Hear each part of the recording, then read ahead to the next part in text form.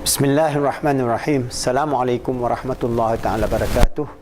Alhamdulillah Rabbil Alamin. Wassalatu wassalamu ala ashrafil anbiya al-mursalin wa ala alihi wa sahbihi ajma'in.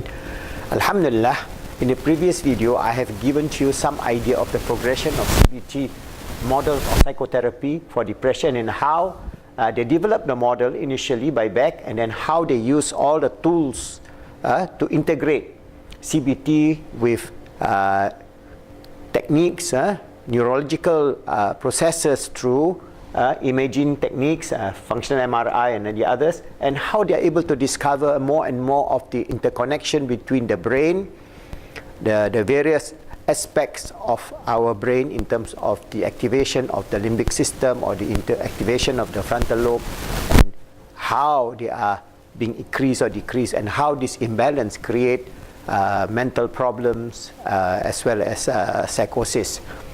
What is important is that when we say that they have these automatic thoughts and activation of the negative inner speech or automatic thoughts, they are talking only about the physical body. So that is the CBT model. Our model is, Pi-CBT model is SEMP integration.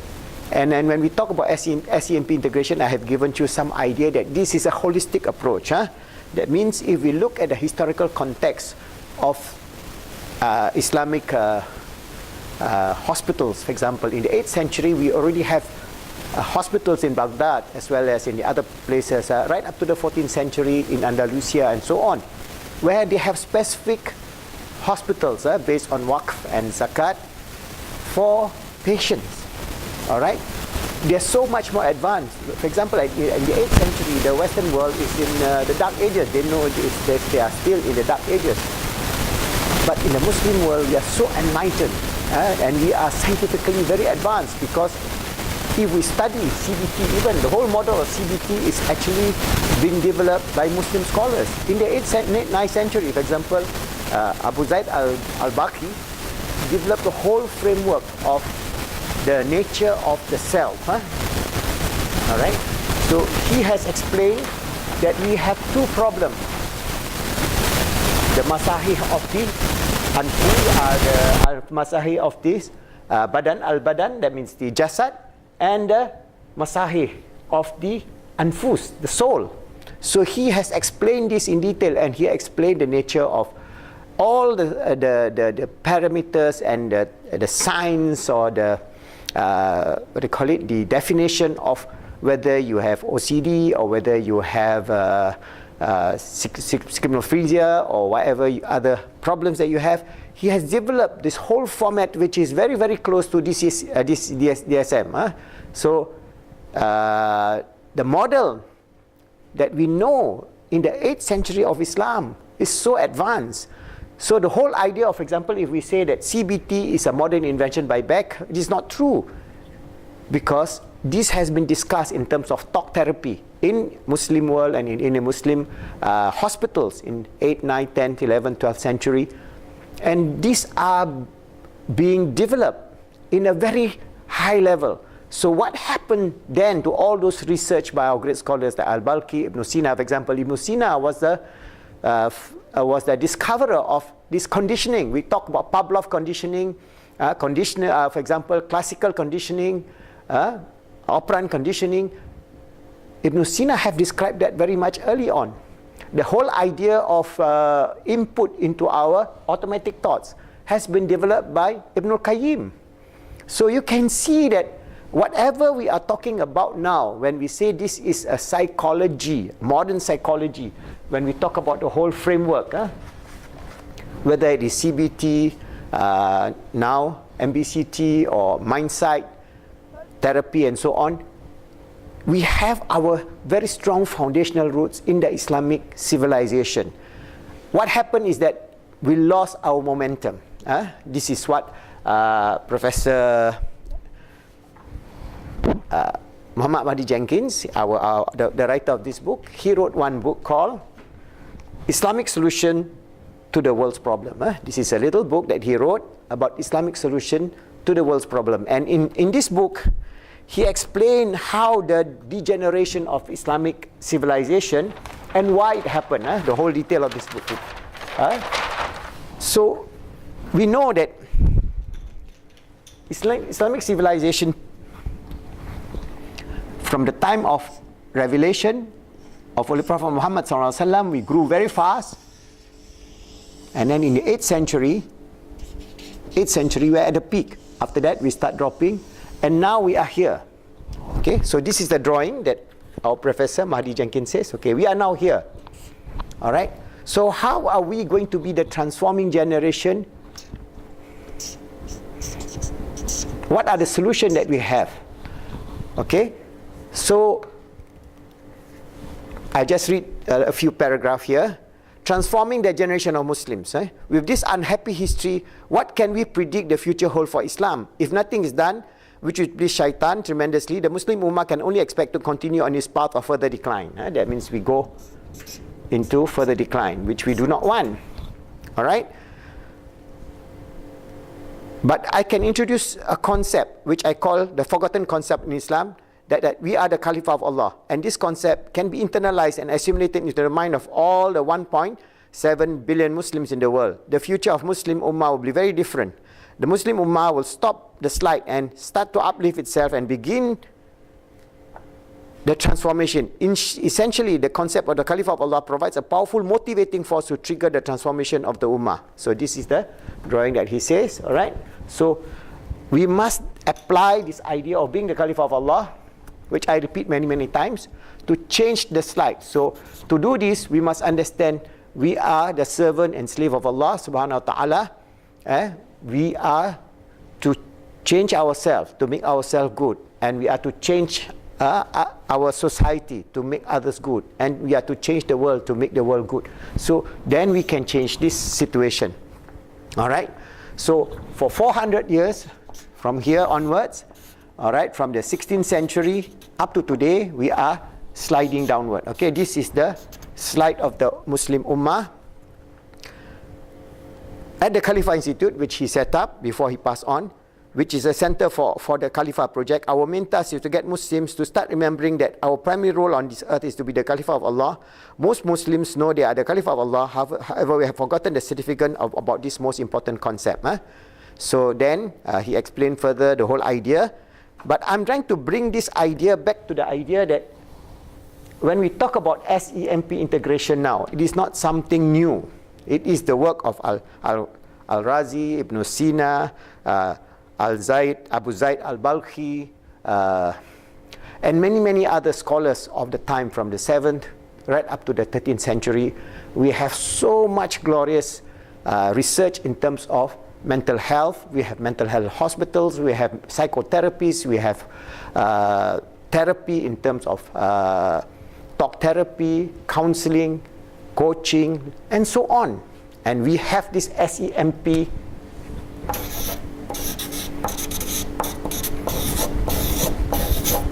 input to our existence. That means when we talk about SEMP integration, I'm going back to the great scholars of Islam. We try to rediscover their great contribution to the field of psychology, the field of psychiatry, the field of mental health. And for example, now if you talk about CBT, the roots is Islamic. If we know our history, the roots are far more advanced than back. But because we do not know our history, we think that this is a Western idea, it's a Western secular idea, and so on. But Al-Balkhi explained that from the perspective of our problem in terms of mental health, we have the problems of the physical body, which is within the range of CBT, and we have the problem of the soul, all right, within the range of the. So the P aspect here we have understood about CBT, but if we talk about SEMP integration,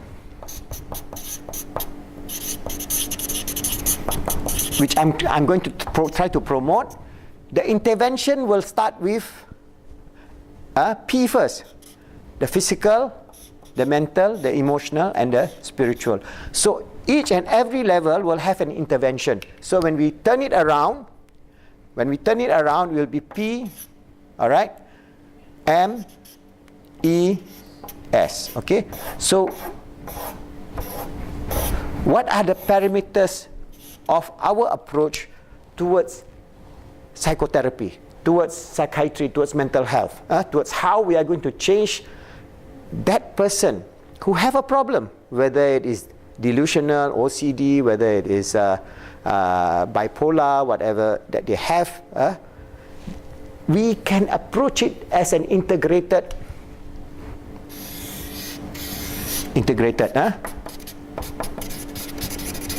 approach. So the intervention is not new. For example, if you use the model of Al-Baqi, he talked about the physical first. So what is the physical aspect?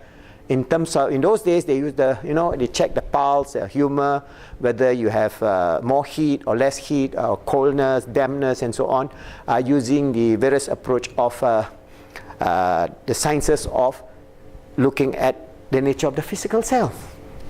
Okay, so they have, for example, approaches towards nutrition.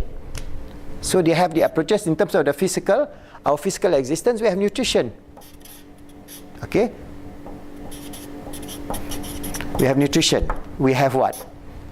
We have a beautiful environment. So for those people who are having psychiatric problem or psychological problems, they are put in hospitals where they are very, very beautiful, with nature, connecting back with nature.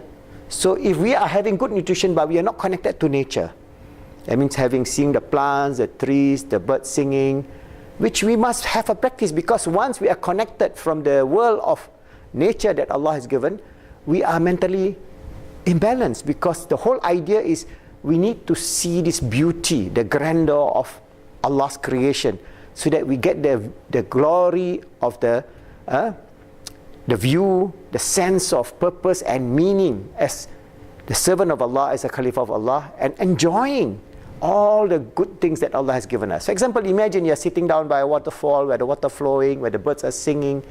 Naturally, you will not be depressed. You'll be happy. So we try to recreate that idea of connection with nature at the physical level. That means we connect ourselves through our lifestyle, that we are back connecting through nature, having good nutrition, having good systems of, for example, our shelter and so on, like Maslow hierarchy of need. And then we tackle the mental, emotional, and spiritual. So the mental aspect, we have the aspect of the brain, that means the neurology, the chemistry, and the biology of the brain, and the mind. So these two are interrelated. So if we divorce the mind, then we will not be able to have that integration. So there will be intervention at the mind level. Then at emotional level, we have this idea of the love of Allah that we build into our psychotherapy or our treatment, in which we develop our understanding of being the Caliph of Allah, of our need to surrender and submit to Allah, of our need to understand the unlimited forgiveness and mercy of Allah, and so on. And then at the spiritual level, there are spiritual practices of how we want to get close to Allah subhanahu wa ta'ala, and so on. So when we can integrate this as an approach towards psychotherapy or mental health from the Islamic perspective, then we can create a new situation for the ummah to be able to tackle this problem of psychology or psychiatric problem, which within the ummah now, because of the degeneration of the knowledge that we have, right now, a lot of the Muslim people are afraid to talk about, for example, psychology. Oh, that is the science of the kafir, nothing to do with us. We only go to the imam and then he recites certain prayer, or he give you certain water, and that's it. Then you discount the whole nature of ourselves, because Allah has given us our physical nature, our mental nature, our emotional nature, and our spiritual nature. So all of them are integrated as being a person, me, you, everybody. As long as you're a human being, you're given the brain, and your brain is different from the apes. So what are the functions of your brains? What are the imbalances that cause a psychological or psychiatric problem, and how you're going to remedy it, whether it is from the perspective of exercise, nutrition, herbs, or medication now. For example, a lot of medication which are useful. So we don't discount all that. And we integrate within this whole system of what I call, for our approach, this Pi-CBT, the SEMP integration. All right? And inshallah, we try to revive back the sciences of our great scholars, Al-Balkhi, Ibn Sina, Ibn Qayyim, Al-Ghazali, and so on, so many of them.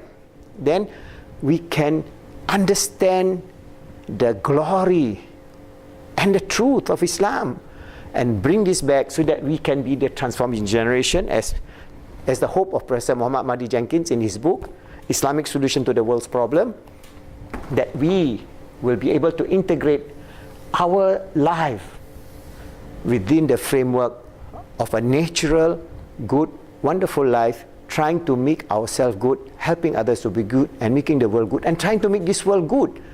Whether now we are having a lot of problems in terms of climate change, pollution, social degradation, addiction, you name it. The whole spectrum of human existence now is being challenged by the whole forces of evil, I would say inverted comma, the satanic forces or whatever you want to call it. But if we continue on this path, not only that we as Muslims will be destroyed, the whole civilization also will be destroyed. So it is up to us Muslims to then take up this whole idea of SEMP integration and becoming the transforming generation to change our state, because Allah does not change the state of a person or a community unless you take the initiative to change. This is in the Quran, where Allah will not change the state of a people unless they take the honors, the responsibility to change themselves. So I'm just giving this overview to give you this idea of this beautiful historical context of, from the perspective of the science of psychiatry, mental health and psychology, that if we talk about whether it's back theory or whether you talk about the mind aspect of Dan Siegel and the others, it is consonant with the beautiful deen of Islam that was discovered many, many centuries ago. So it's not something that is new or something that is the science of the kuffar. It is the science of the Muslims, but we lost our momentum. We lost our lead, and we go back to superstition, we go back to certain areas in which it is the degeneration of knowledge and the adab of knowledge, and because of that, we lost our capability to even take care of our own ummah. So it is important that many groups of people, I'm sure there are a lot of initiatives all over the world, in America, in Canada, in the Middle East, in Turkey and so on, where they are all moving towards this revival.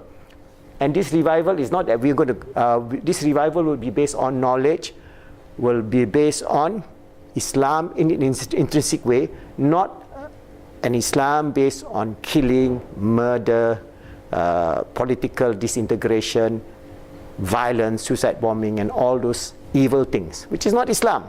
So we hope, and I hope that if you understand this beauty of when we talk about SEMP integration and how it affects the nature of our society, of how at the 8th century we are at the peak from the time of Prophet Muhammad, the 8th century, and then how we degenerate now, and now it is the duty of this generation of Muslims to move up, to be the true sincere servant of Allah, to be His Khalifa, and use for Pi-CBT by using this integrated approach. And we can use this whole integrated approach for even motivation.